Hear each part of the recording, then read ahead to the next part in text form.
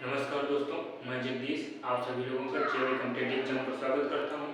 अगर हम बात करें अपना हमारा आज का चैप्टर, तो हमारा आज का चैप्टर है क्रिया। तो क्रिया हमने इससे पहले हमने संज्ञा सर्वनाम विशेषण पढ़ा।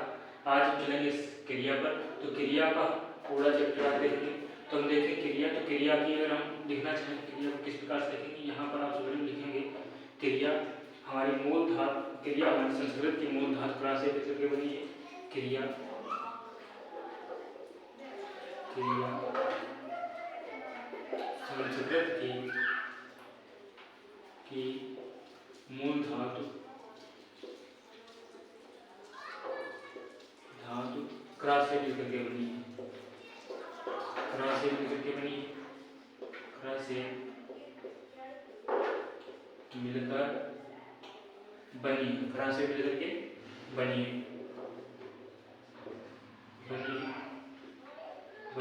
अरे यहाँ पर हम बात करें क्रा की, तो क्रा का अर्थ क्या होता है? क्रा का अर्थ होता है हमारा, क्रा का अर्थ होता है करना। अर्थ क्या होता है? करना। मतलब किसी कार्य को करना या होने का बोध जो उपलब्ध कराते हैं उसी को हम क्या कहते हैं? क्रिया कहते हैं।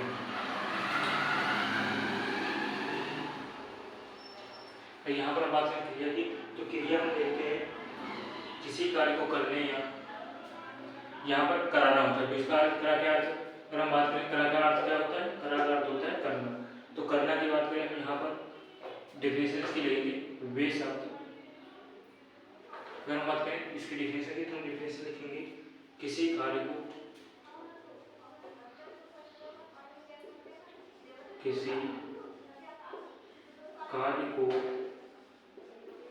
करने या होने का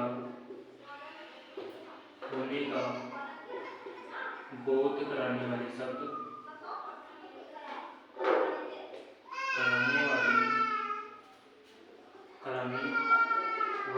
क्या कहलाते हैं? कराने वाले शब्द क्या कहलाते हैं? क्रिया कहलाते हैं। शब्द ही क्रिया कहलाते हैं।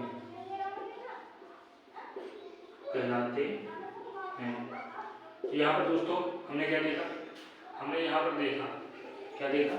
यहाँ पर हमने देखा जो हमारा क्रिया होता है, क्रिया संस्कृत की मूल धातु क्रा से मिलकर के बनी होती है। क्रा का अर्थ की बात करें तो क्रा का अर्थ क्या होता है? किसी कार्य को करना। मतलब करना का अर्थ, क्रा का अर्थ होता है करना। तो यहाँ पर अगर हम इसकी डेफिनेशन की बात करें, इसी से हमारी डेफिनेशन बनती है किसी कार्य को करने या होने का बोध कराने वाले शब्द क्या कहलाते हैं? क्रिया कहलाते हैं। किसी कार्य को करने या होने वाले शब्द क्या कहलाते हैं? क्रिया कहलाते हैं। और यहीं पर हम दोस्तों बात करें अपने आगे की, तो यहाँ पर क्रिया के उदाहरण, क्रिया का हम बात करें तो क्रिया का मूल रूप क्या होता है? क्रिया का नोट लिखे, यहाँ पर लिखेंगे नोट। क्रिया का मूल धातु की बात करें तो मूल रूप की बात करें तो मूल रूप क्रिया का मूल रूप क्या होता है? क्रिया का मूल रूप धातु कहलाता है। धातु होता है। क्रिया का मूल रूप क्या होता है? क्रिया का मूल रूप धातु होता है। क्रिया का मूल रूप धातु होता है। यहाँ पर हमने क्या देखा? क्रिया का मूल रूप या क्रिया के मूल रूप को धातु कहते हैं। या अर्थात क्रिया के मूल रूप को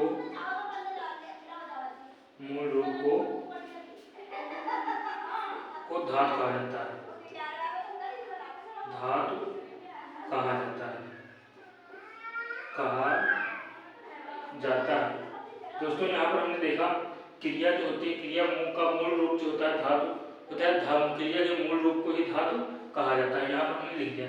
अगर हम क्रिया के उदाहरण देखें तो क्रिया के उदाहरण दे सकते हैं। यहाँ पर हम क्रिया के उदाहरण की बात करें, यहाँ पर उदाहरण हम देखेंगे इसके। यहाँ पर पहला उदाहरण की बात करें तो मैंने उसको फोन गिफ्ट किया। मैंने उसको क्या किया? फोन गिफ्ट किया। मैंने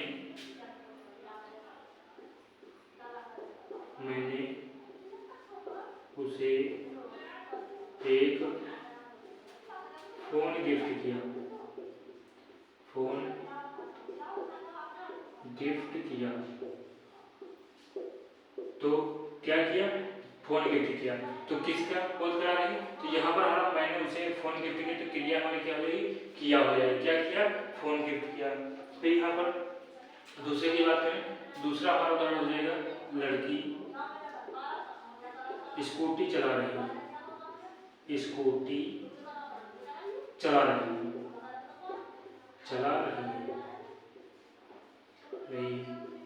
तो यहाँ पर दोस्तों हमने क्या देखा कि किसी भी करना का अगर कोई सही शब्द, कोई भी वाक्य या शब्द या कोई भी उपवाक्य या कोई भी आपका पैराग्राफ हो, वो करना का बोध करा रहा, उसे को हम क्रिया करेंगे। तो यहाँ पर लड़की क्या कर रही है, लड़की क्या कर रही है, तो लड़की स्कूटी चला रही है, लड़की क्या कर रही है, लड़की स्कूटी चला रही है। तो यहाँ पर हम बात करें क्रिया की, तो क्रिया हमारा चला रही हो जाएगा, चला रही है, क्या चला रही है, स्कूटी चला रही है। यहाँ पर करना का बोध हो रहा है। यहाँ पर तीसरे उदाहरण की अगर हम बात करें, तीसरे उदाहरण इसी प्रकार से, वह जा रही है, वह जा रही है, रही है।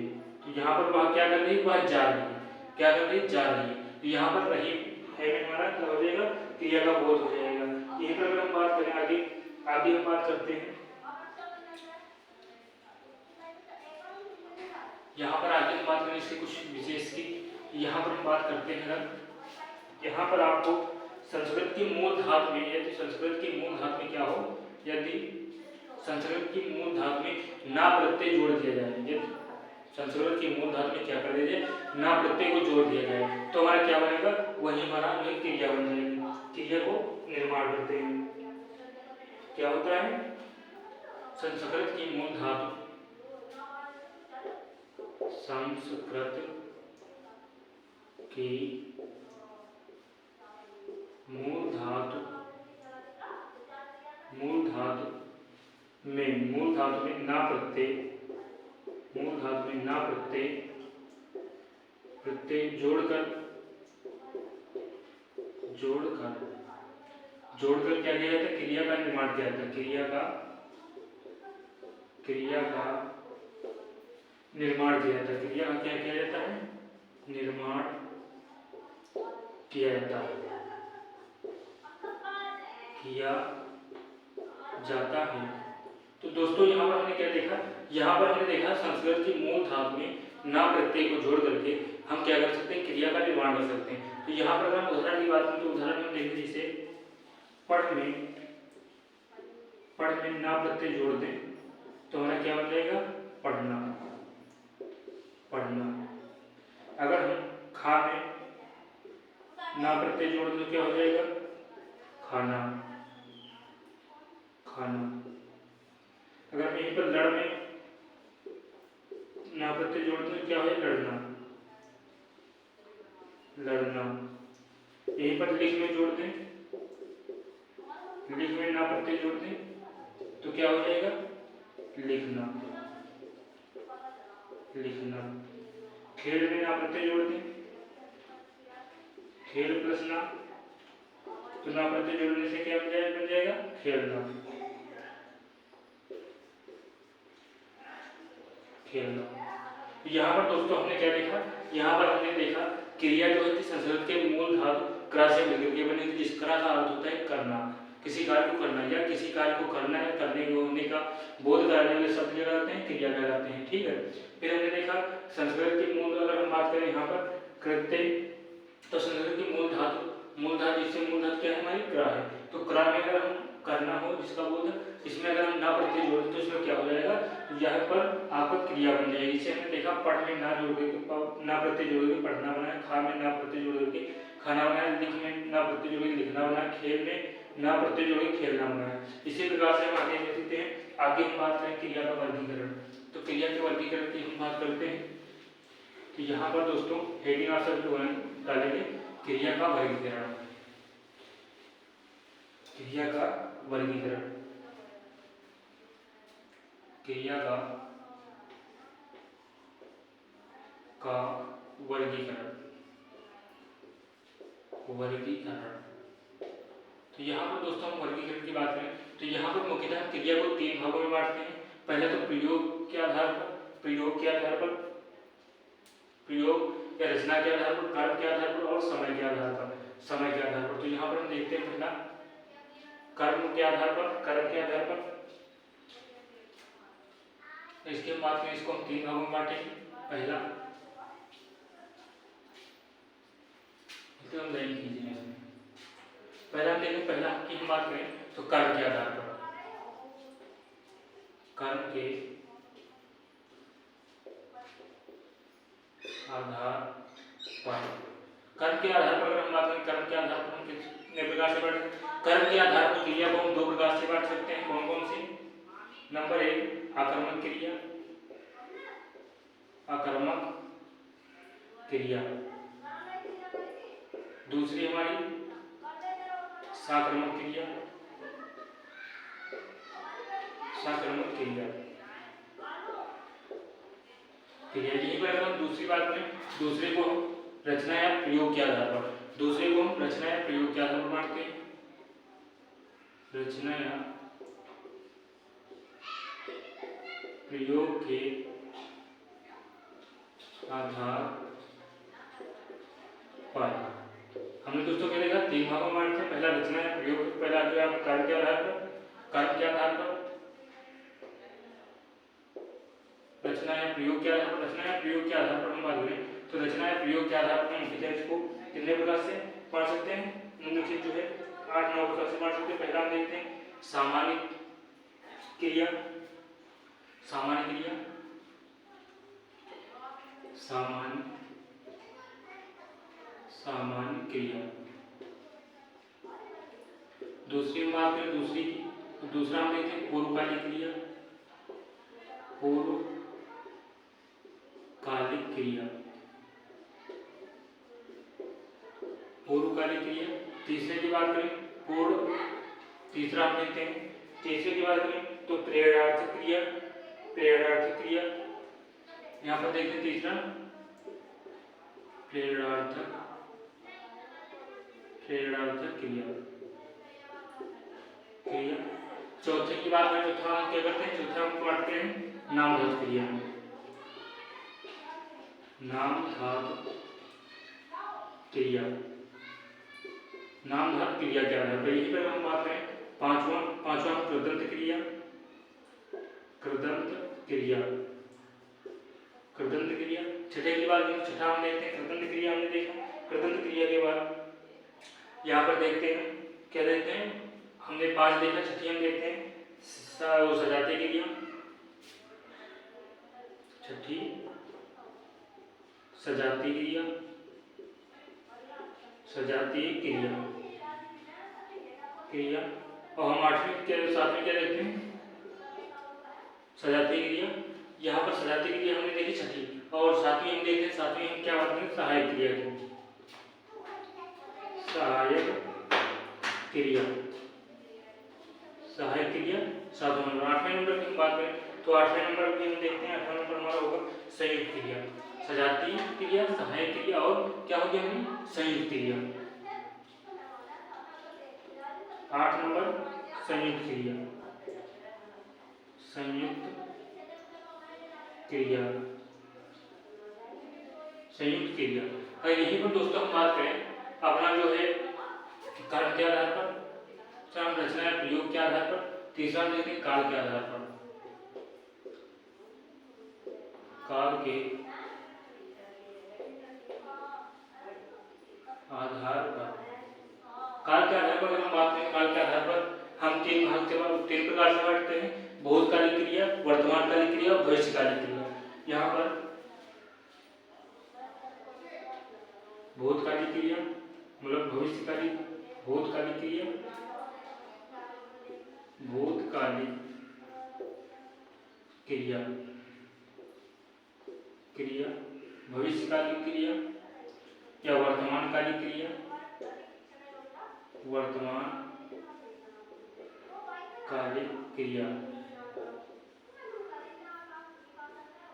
अगर आप लास्ट तीसरी देखें तो इसके हम क्या देखते हैं, वर्तमान का वो भविष्यकालिक क्रिया, भविष्यकालिक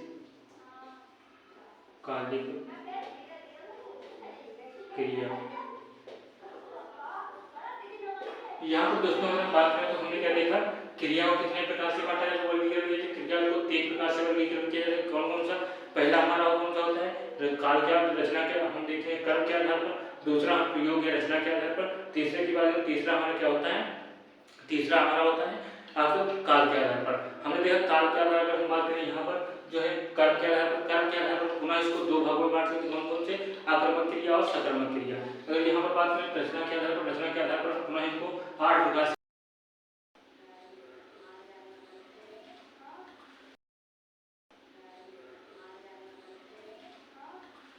दोस्तों यहाँ पर हमने देखा रचना या प्रयोग के आधार पर, रचना या प्रयोग के आधार पर हम 8 प्रकार से बांटे।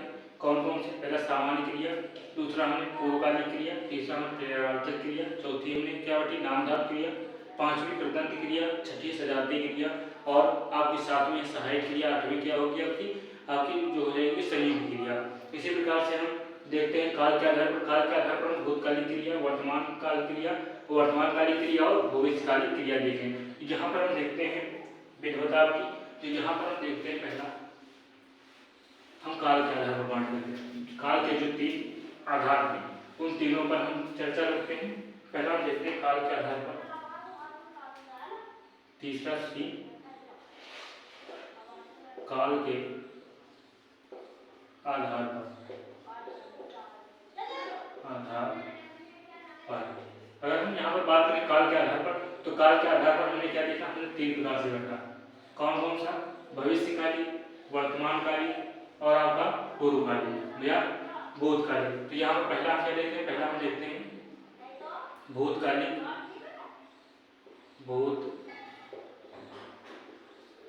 क्रिया, भूतकालिक क्रिया। अगर हम भूतकालिक क्रिया की बात करें तो यहाँ पर भूतकालिक क्रिया में हम क्या कर सकते हैं? सामान्य भूतकालिक क्रिया, यहाँ पर सामान्य भूतकालिक क्रिया, भूतकालिक क्रिया। और अगर दूसरी की बात करें तो आसन्न भूतकालिक क्रिया, आसन्न भूतकालिक क्रिया, आसन्न भूतकालिक क्रिया। यहीं पर तीसरी की बात करें, तीसरी हम क्या देखते हैं? पूर्ण भूतकालिक क्रिया, पूर्ण भूतकालिक क्रिया। फिर हम देखते हैं अपूर्ण भूतकालिक क्रिया, अपूर्ण भूतकालिक क्रिया। फिर हम देखते हैं यहाँ पर आपकी सामान्य भूतकालिक क्रिया, आसन्न भूतकालिक क्रिया, पूर्ण भूतकालिक क्रिया और आपकी अपूर्ण भूतकालिक क्रिया। फिर हम देखते हैं यहाँ पर संदिग्ध भूतकालिक प्रक्रिया जो होती है, भूतकालिक संदिग्ध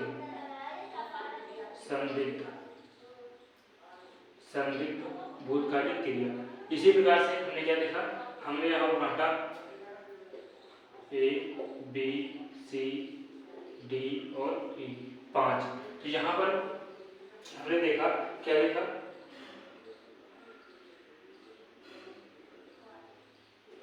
यहाँ पर हम बात करें वर्तमानकालिक भूतकालिक क्रिया की, वर्तमान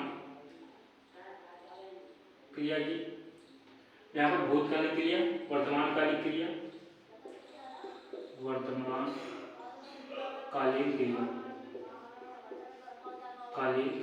वर्तमानकालिक क्रिया।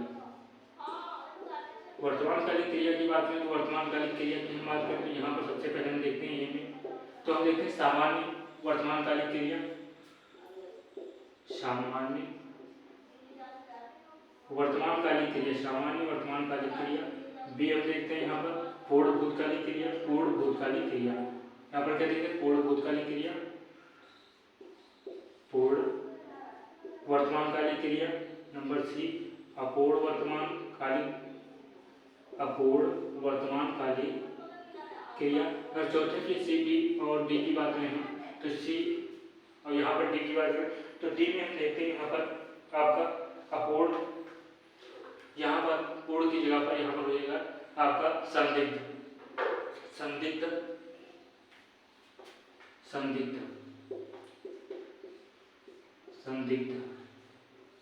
और यहाँ पर संभाव्य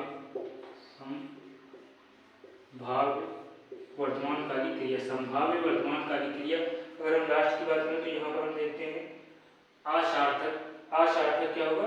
असार्थक यहाँ पर असार्थक सार्थक वर्तमानकालिक क्रिया, असार्थक वर्तमानकालिक क्रिया, असार्थक वर्तमानकालिक क्रिया, असार्थक वर्तमानकालिक क्रिया। तो यहाँ पर दोस्तों अगर हम बात करें आपकी वो वर्तमानकालिक या भविष्यकालिक क्रिया, भविष्यकालिक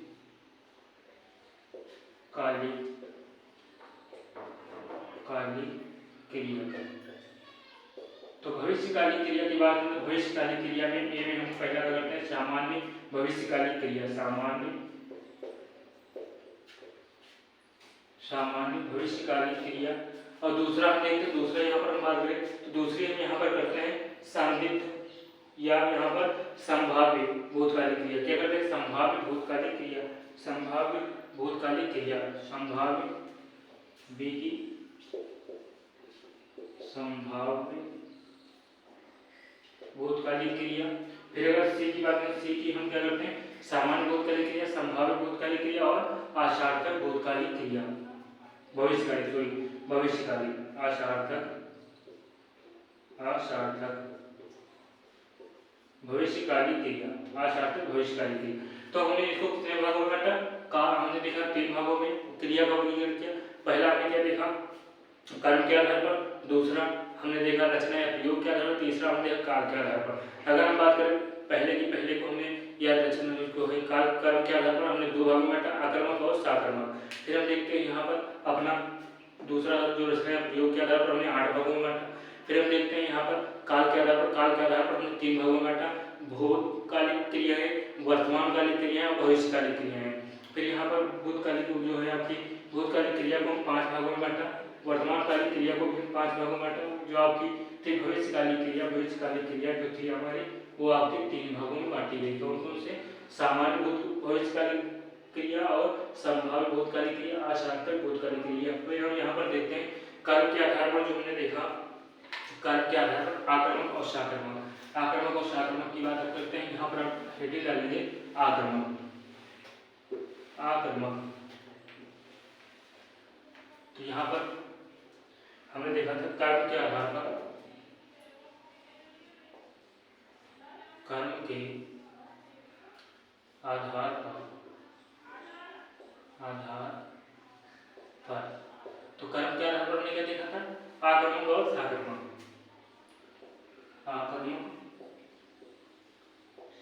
कर्मक क्रिया और साकर्मक क्रिया, साकर्मक कर्मक क्रिया,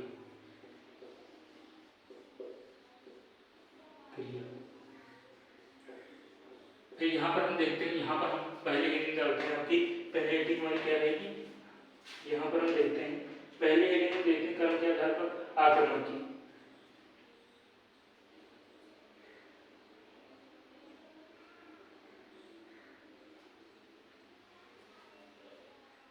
तो यहाँ पर क्या देखेंगे पहला आक्रमक, बात करें पहले की आक्रमक क्रिया,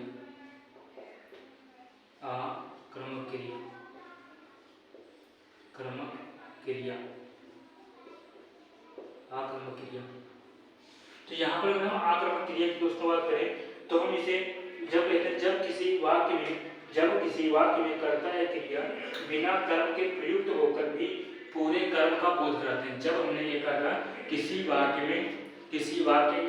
में कर्म क्रिया का जो कर्म पर क्रिया का कर्म पर क्या कहा कर्ता का क्रिया के बिना किसी कर्म पर प्रभाव पड़े, इसका जो है आक्रमक क्रिया का बोध होता है, उसे हम क्या कहते हैं आक्रमक क्रिया कहते हैं।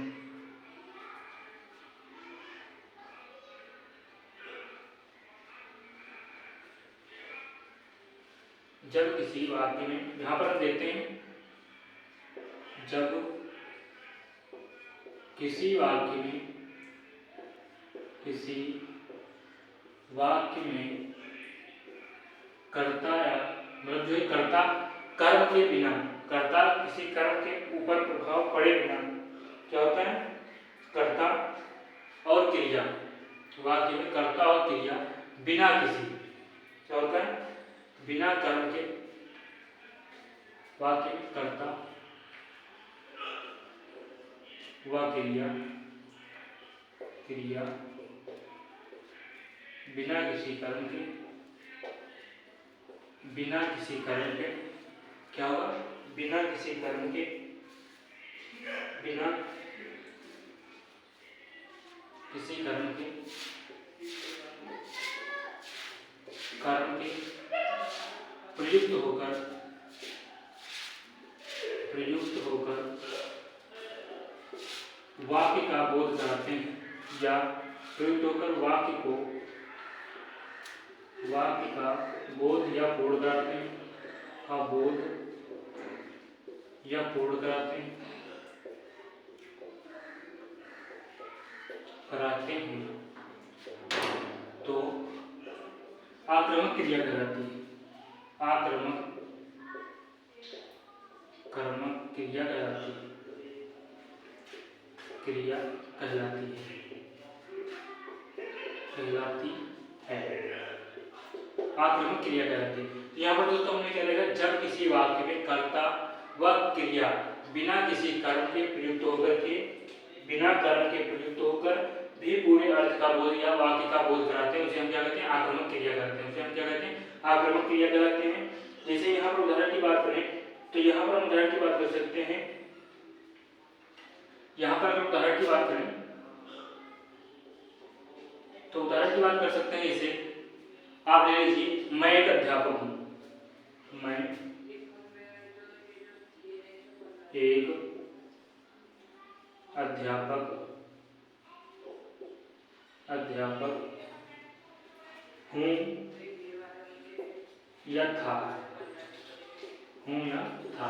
यहाँ पर हमने क्या देखा, मैं एक अध्यापक, मैं एक अध्यापक हूं जो था है, अब क्या पूर्ण क्रिया का बोध, एक क्रमक क्रिया, इसमें एक ही क्रिया का बोध मतलब हो रहा है, बिना किसी कर्म या क्रिया के वाक्य का, बिना कर्म के प्रयुक्त होकर वाक्य का बोध कराया जा रहा है, इसी को हम क्या कहते हैं, आक्रामक क्रिया कहते हैं। दूसरा उदाहरण देखते हैं, वह मेरा मित्र है,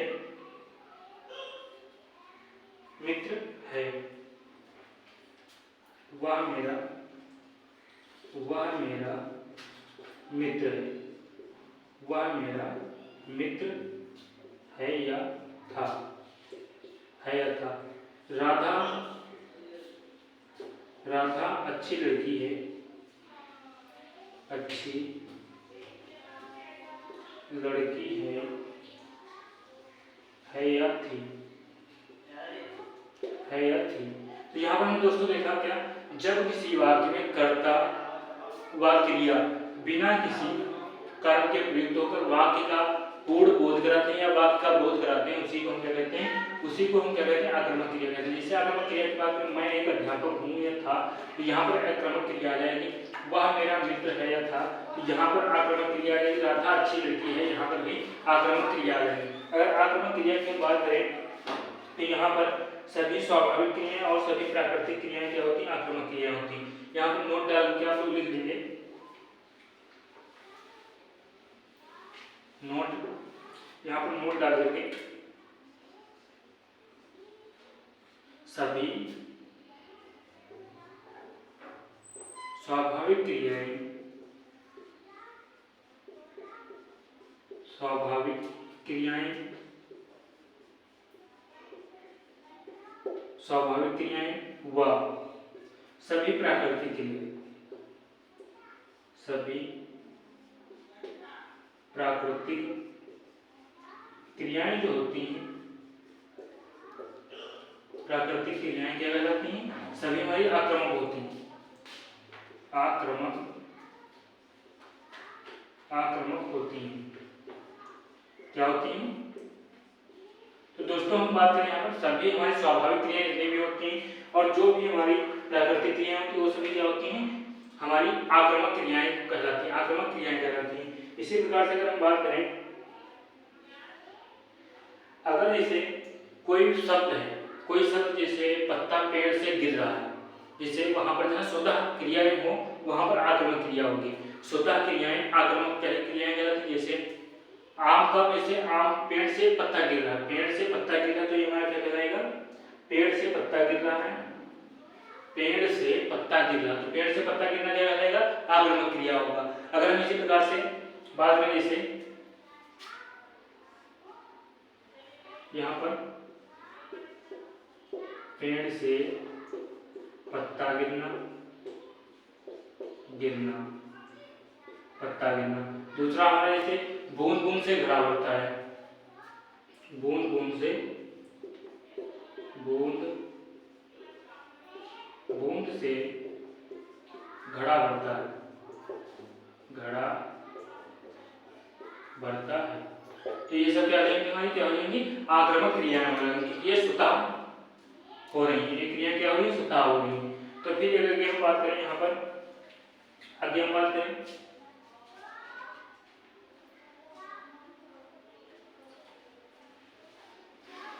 हमने दोस्तों क्या देखा, वे सभी क्रियाएं जो स्वतः हों, क्या हों, स्वतः हों, उनको हम क्या कहेंगे, आक्रामक क्रियाएं कहेंगे। अगर यहीं पर हम बात करें, जैसे एक आपका उदाहरण दिया हुआ है, पेड़ से फल गिरा, फल गिरा, पेड़ से फल गिरा। यहीं पर आपके दिया हुआ है, पेड़ से बच्चे ने फल गिराया, फल गिराया, गिराया। तो यहीं पर अगर हम एक दो उदाहरण और बात करें, तो पहला उदाहरण, दूसरे उदाहरण की बात करें, दूसरा उदाहरण यहाँ पर देखते हैं, इसे यहाँ पर दूसरे उदाहरण की बात करें,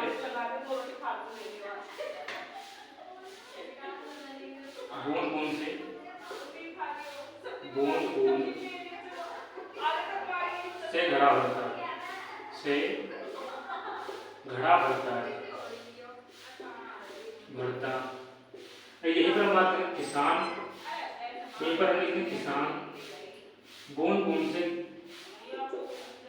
बूंद बूंद,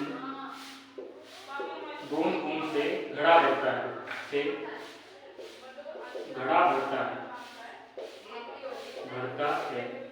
तो यहाँ पर दोस्तों हम बात करें, यहाँ पर हमने क्या देखा, एक क्रियाएं क्या हुई, स्वाभाविक है, एक क्रियाएं क्या है, स्वाभाविक क्रियाएं, क्या है, स्वाभाविक, स्वाभाविक या प्राकृतिक क्रिया है।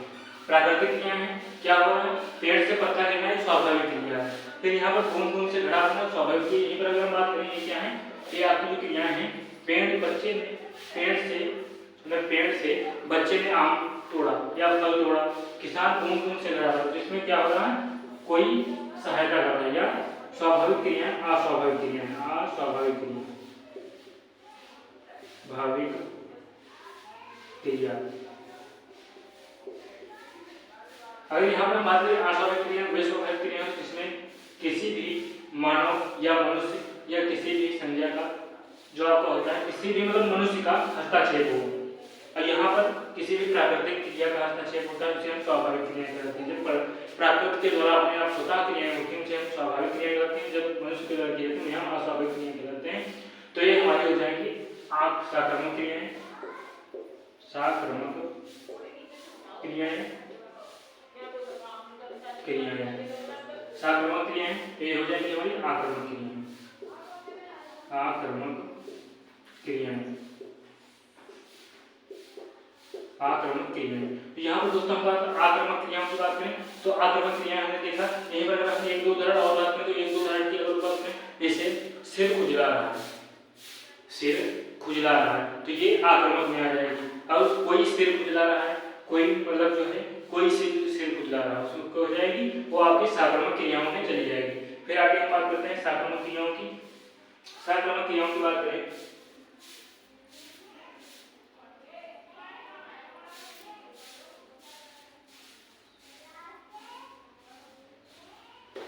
यहाँ पर आगे हम हेडिंग डालते हैं क्या, साक्रामक क्रिया, साक्रामक क्रिया। तो आगे हम देखते हैं साक्रामक क्रियाओं को, दूसरे हेडिंग हम डालते हैं साक्रामक क्रिया, साक्रामक क्रिया।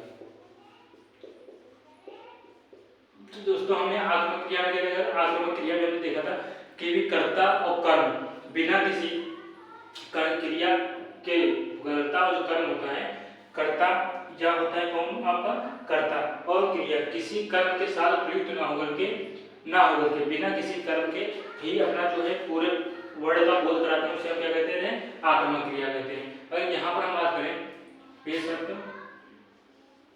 वे वह क्रिया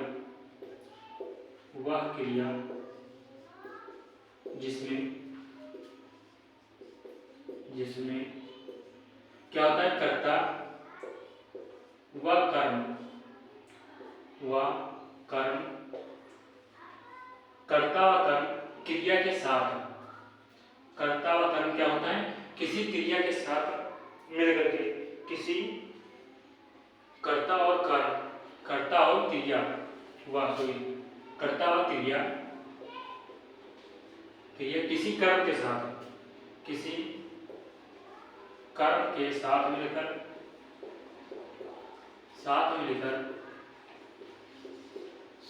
क्या कराते हैं? शब्दों या अर्थों का बोध कराते हैं, शब्दों या वाक्यों के पूर्ण होने का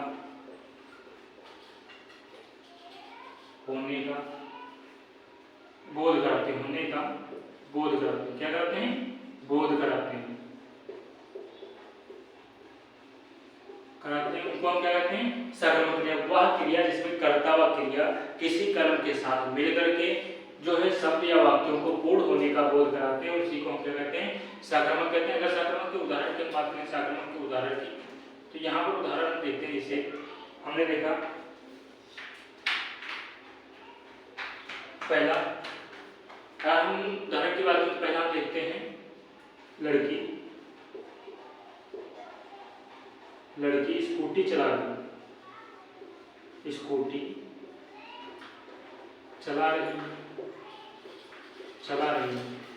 लड़की स्कूटी क्या कर रही है? स्कूटी चला रही है। इसमें क्या होगा? लड़की ने चलाया, स्वतः प्रक्रिया नहीं होगी, आक्रमक क्रिया है, साक्रमक क्रिया है। जो स्वतः प्रक्रिया है, जिसमें स्वतः प्रक्रिया हो वो क्या हमारे होती है? आक्रमक क्रिया होती है। यहीं पर हम बात करें दूसरा, गीता गाना गा रही है, गीता क्या कर रही है? गीता गाना गा रही है। इस प्रकार से उदाहरण हमारे क्या हो जाएंगे? साक्रमक उदात्तीय उदाहरण हो जाएंगे। और आगे हम बात करें तो आगे हम देखेंगे अपना जो होता है रचना प्रयोग के आधार पर। जय हिंद दोस्तों, चलिए हम दोस्त चलते हैं। दूसरा हम देखेंगे कर्म के आधार पर, हमने देखा पहला हमने कर्म के आधार पर। दूसरा हम देखेंगे अपना प्रयोग या रचना के आधार पर, जो हमारा दूसरा होगा। उसको 8 प्रकार से बांटा था। चलिए हम दूसरे क्लास में देखते हैं। जय हिंद दोस्तों को।